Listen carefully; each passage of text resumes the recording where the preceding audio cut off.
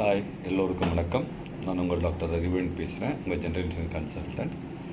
நம்ம health insurance பற்றி பேசினு வரோம். நல்ல ரெஸ்பான்ஸ் இருக்குது.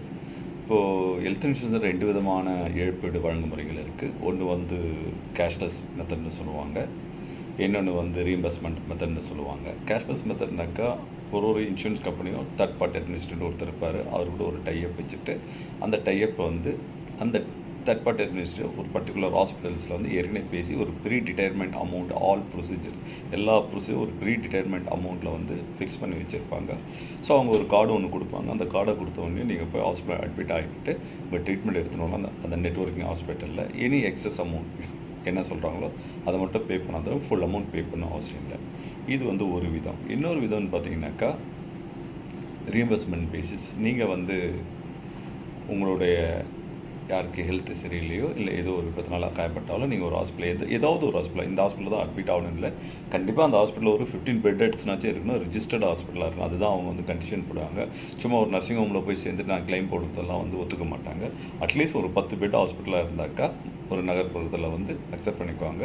ஸோ நீங்கள் எல்லா கிளைமும் எக்ஸ்பென்சஸ் எல்லாம் முடித்த பிற்பாடு அவங்ககிட்ட டீட்டெயில்டு பில், கம்ப்யூட்டரைஸ்டு பில்லு, மற்ற receipt, investigate report, x ray, lab report எல்லாத்தையும் வாங்கி நீங்கள் சப்மிட் பண்ணிங்கனாக்கா அந்த டிபிஏ தேர்ட் பார்ட்டி அட்மினிஸ்ட்ரேட்டருக்கு நீங்கள் சப்மிட் பண்ணிங்கனாக்கா அவங்க என்ன பண்ணுவாங்க, உங்கள் கிளைமை உங்கள் எலிஜிபிள் பிரகாரம் ப்ராசஸ் பண்ணி கொடுத்துருவாங்க. இது 2வது வகை. சரிங்களா?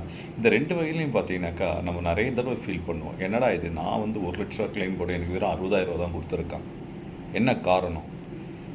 கண்டிப்பாக காரணம் இருக்க தான் செய்யும். ஒரு டிசீஸ்க்கும் ஒரு கேப்பிங் இருக்கும்.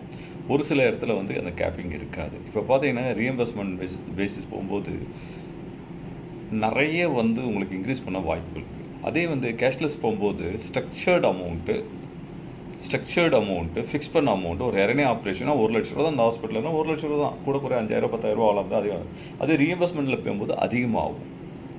அதை ஏன்னா அவங்களுக்கு நெட்வொர்க்கிங் அக்ரிமெண்ட் கிடையாது. ஸோ இதனால தான் டிஃப்ரென்ஸ்.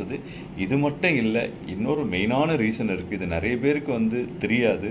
நம்ம அறியாமல் போய் மாட்டிக்கும் போது தான் நம்மளுக்கு இந்த பெரிய சம் இன்சூர்டு 10 லட்ச ரூபா சம் இன்சூர்டுப்பா, நம்ம போய் சூட்டில் தங்கலான்னு இன்ஸ்டன்ட் ஒரு சின்ன ரூமில் தங்கிறதுக்கு ஒரு பெரிய சூட்டில் போய் தங்கும் போதோ இல்லை பெரிய இது பண்ணும்போதோ வேறு விதமான ரூம் போகும்போதோ நம்மளோட கிளைம் வெகுவாக குறைக்கிறதுக்கு வாய்ப்புகள் இருக்குது.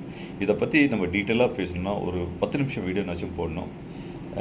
எப்படி இந்த வீடியோக்கு லைக்கிங் வருதுன்னு பார்த்துட்டு ஒரு 10லேருந்து 15 நிமிஷம் ஒரு வீடியோ ஒன்று போடுவோம். அது சூப்பர் எஜுகேட்டிவ் வீடியோவாக இருக்கும். நீங்கள் அந்த வீடியோ கேட்டப்போ எந்த அமௌண்ட்டும் கிளைம் கம்மியாச்சு நீங்கள் பேச மாட்டீங்க. ஒத்துழைப்புக்கு நன்றி எல்லோருக்கும்.